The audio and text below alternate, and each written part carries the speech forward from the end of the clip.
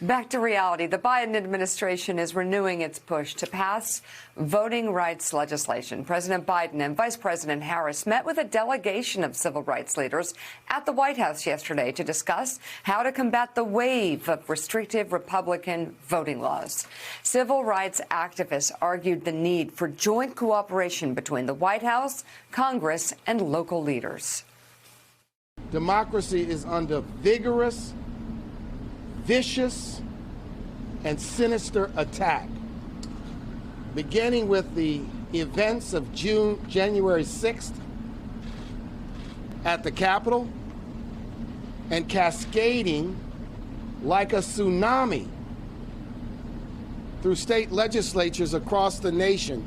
The movement from the ground up is starting to be the only way that we can preserve our right to vote. We informed them that this is going to come not from the White House down, but from our houses up. I told the president we will not be able to litigate our way out of this threat to black citizenship, voting, and political participation. We need legislation to be passed in Congress, both H.R. 1 and H.R. 4.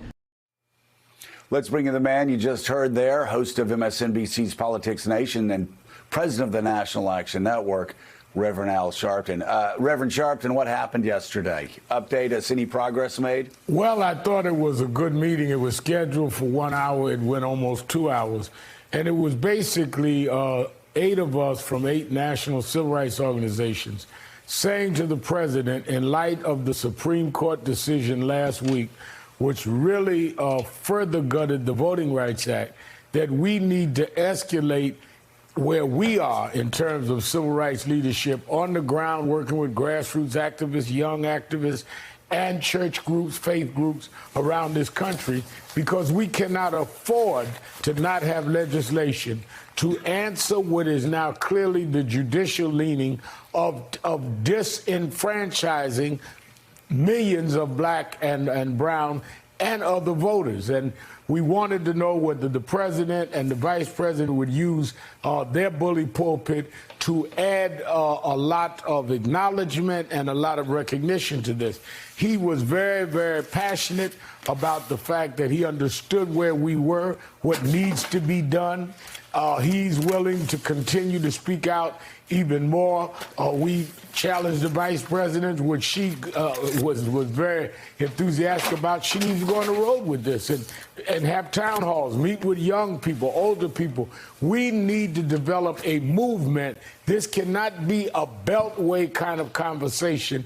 We are looking at the absolute demise of democracy that is being championed by Donald Trump and others that want to use a big lie to say that they were robbed, but use that to cover going back into trying to knock people off of voting rolls and to, in many ways, orchestrate a way that they can maneuver going back to states' rights on voting, which this Supreme Court decision leaned toward doing. Well, so speaking of that Supreme Court decision, the Roberts Court several years ago said that the civil rights laws needed to be updated, and that Congress needed to update those laws. John Lewis, of course, drafted a bill that right now is H.R. 4, much more likely to pass than H.R. 1, which many Democrats have said will never pass in its current form. And I know there's a lot of negotiating going on to figure out what version of that bill can pass. Any specifics about moving H.R. 4 first, or how to, because I know you've spoken with Joe Manchin as well. How do we get there from here? We met with Joe Manchin, the 8 of us, a couple of weeks ago, and he even convened 13 Republicans that met with us by Zoom.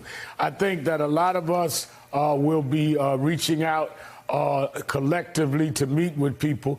But more than meeting is there's going to be a lot of rallying, even in their districts, even in their state.